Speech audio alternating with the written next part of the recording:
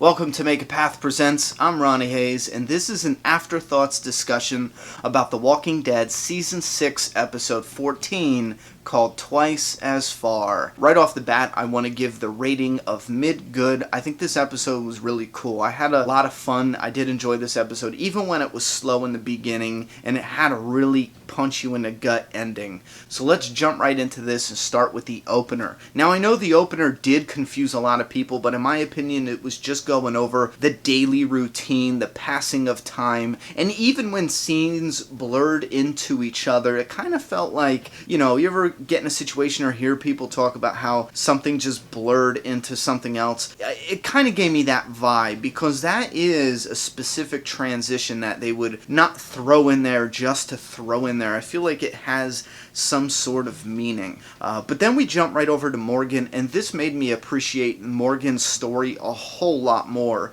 We have to look at this. He's finished building the prison, and Rick is like, why? And Morgan says, well, it'll give you choices next time. Now, that's all well and good. I do love that line of dialogue, but seeing Morgan in that completed prison has just kicked me in the face. Seriously, my brain exploded, because then I'm thinking about this, because in the comic book, the jail cell right now, currently, well after this point, has a specific reason, but the jail cell wasn't set up with purpose, with reason. It didn't have a mini story around it. Unlike the show, and they did one hell of a job showing respect to the comic book storyline and fleshing it out for the show, and it makes me appreciate Morgan's story. What the hell am I talking about? Let's take a look at Season 3. Morgan was nuts. He was nuts in the comic, and they did that well for the show. Now, I don't know if Scott Gimple was planning this ever since Season 3, but it worked out perfect, because in Season 3, he was freaking crazy. How do you bring him back from being crazy and not make it feel like it's forced? Well, you have him go through this whole ordeal in Season 6 with Eastman, and that shows his flashback story and what's involved: a prison where he kind of gets rehabilitated somewhat in the prison. So it's so damn interesting how he's crazy in Season 3. In Season 5, we see him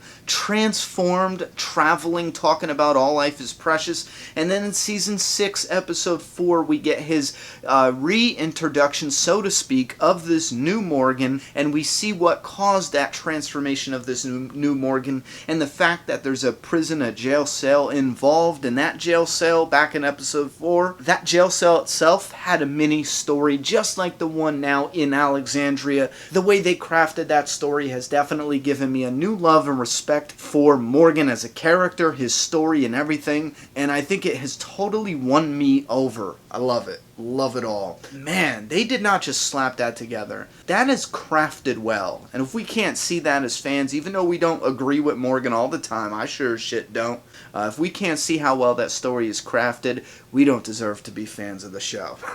Yeah, I'm being harsh with that, because I love it so damn much. Alright, I'll shut up and stop being judgmental. Let's roll right on to Rosita and Spencer. I don't feel like mentioning this, but I know I'll get comments if I don't. I am like, meh. Who gives a shit? Rosita acts kind of like a bitch, and to tell you the truth, I really only like her when she's redeeming herself while fighting. Now, it's cool that she didn't let Abraham die, even though that wouldn't help her out any, but I do love the badass Rosita when she's fighting. When she speaks, I get a little irritated, because she just gets off this attitude vibe, I don't know, she's always making these attitude faces, saying attitude dialogue.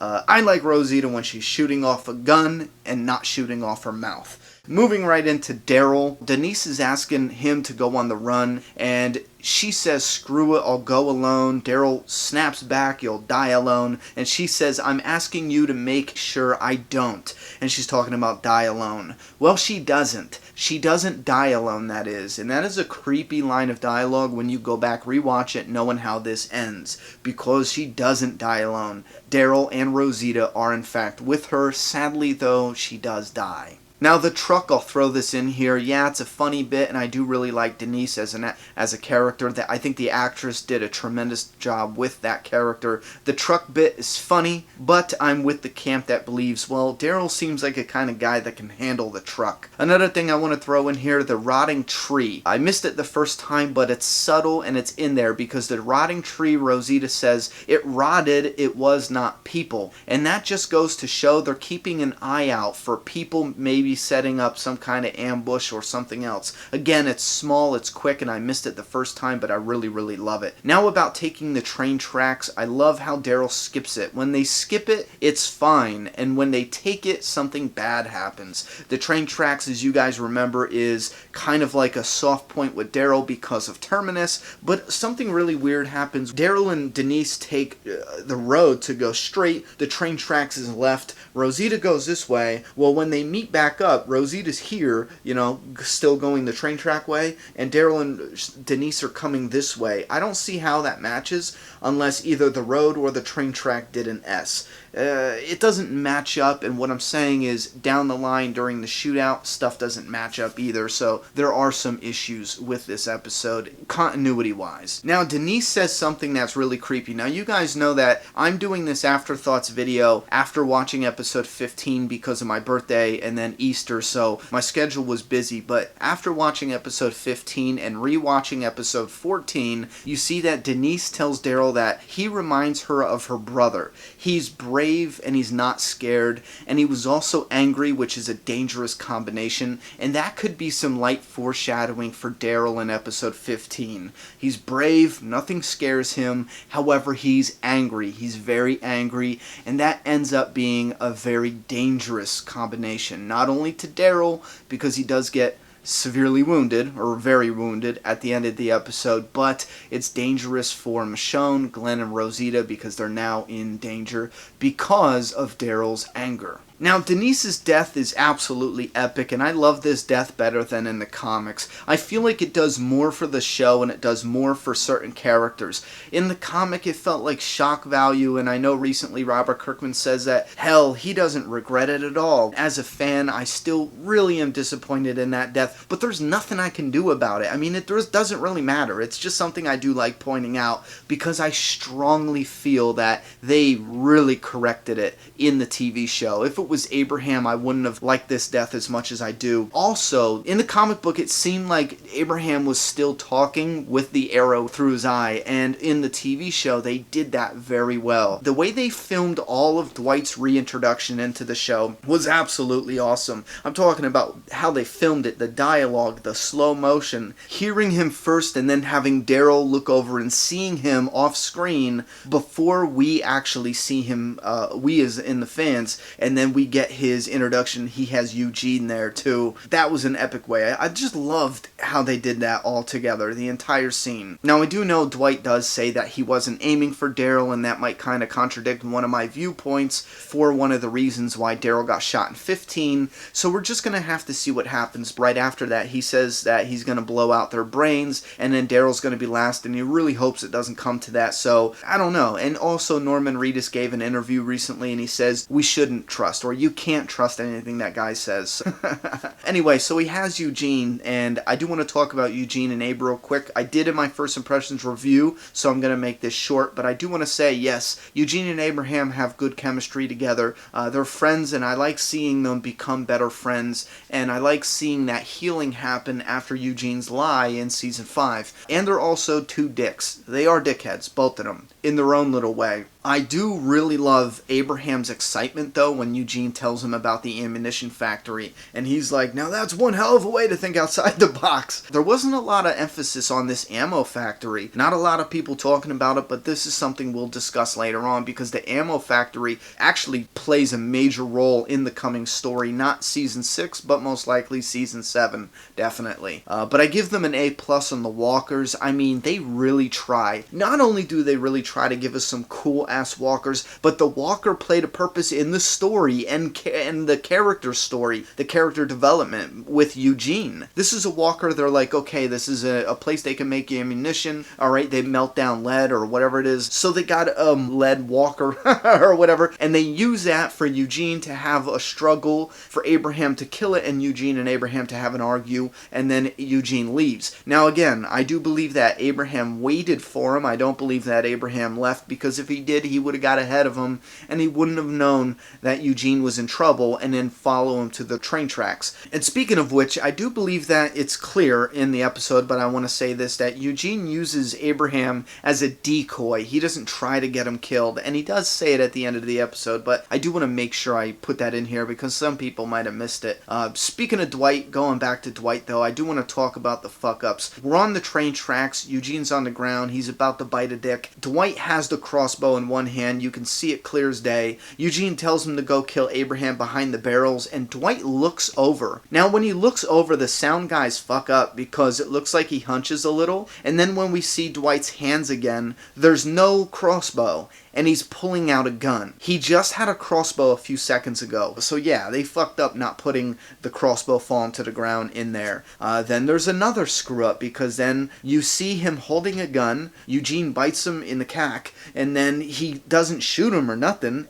And then in one scene, all of a sudden, he doesn't even have the gun. It's as if they had a problem getting the continuity right. Eugene bites him, Dwight should have used the gun on him or shot him or immediately dropped the gun. I think he should have just immediately dropped the gun or something. Anyway, and the area shootout, yes, I do believe they used a lot of up-close cuts because it just wouldn't look right, because some things had to be faked a little, like Dwight not getting shot even though he was kind of out in the open, and I do know Daryl runs out of bullets. I'm just saying there's some things that didn't add up, but I will give them an A+ for the one savior that gets shot. Now you guys know I hate how they flail around all crazy like, but when Abraham takes out this one savior, he literally just tilts his head and falls to the ground. It's realistic as shit, and I love it. Even though with the cons, I do love this showdown. I do love how it played out in the end, so with the problems, it's still cool with me. And then they transition over to Denise's death with the music, her body sadly, tragically laying on the train tracks. I think they did a great job with that as well. But in the comic book, there's a scene I do miss where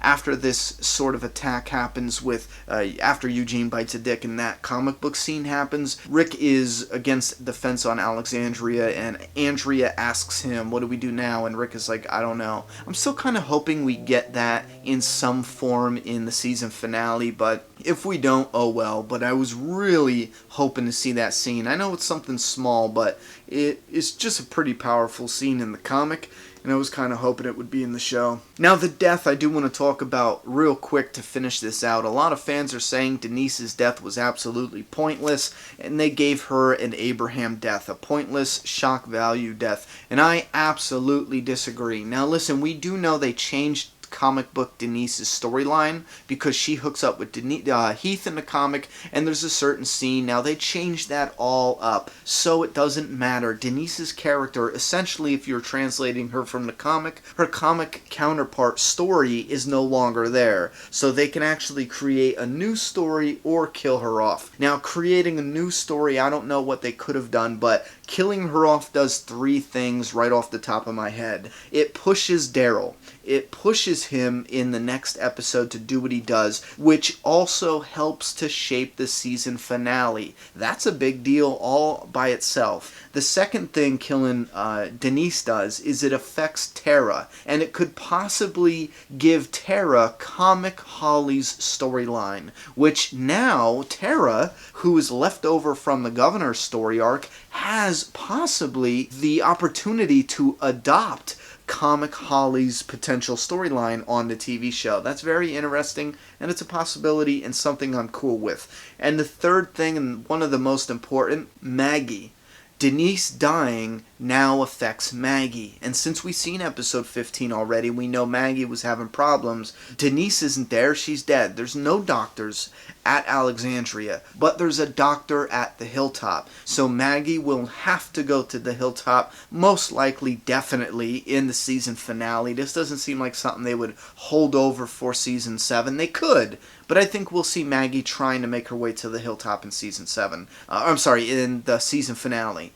And then, not only in the season finale, but this affects Maggie and Glenn's story, whether or not they both survive the season finale, but because it's going to put them at the Hilltop, fans of the comic book know Maggie plays a vital role at the Hilltop in the coming storyline. Denise's death gets her there. So that's exciting. Again, that's why I said it's one of the most biggest. It's one of the biggest reasons for Denise's death, or one of the biggest, progressions of story after Denise's death, in my opinion.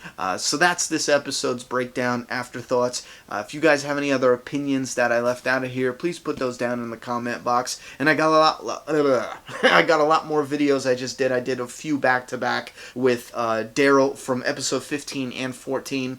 Why Daryl got shot. I did the Mystery Man, who I think's from the Kingdom. I did a bunch. I'm going to leave the links to this as well as prediction videos for the season 6 finale. I can only leave 5 links in the eye, so go ahead and watch this eye for those links, or click on it on a computer and tablet, cell phone, you name it. It works for everything. The eye will drop down. Click on those. Now, if I couldn't put all the links, because they only give us 5 slots for here, if I couldn't put all the links there, go ahead and just click on the video list and it'll drop down all my recent videos. Play catch up, because some days I'll post 3 videos all in one shot and people will only think I do 1 video a day, and they'll watch the one and then not see the other 2 or whatever. So go back, watch the videos. Make sure to comment, like, help share, spread the word of mouth.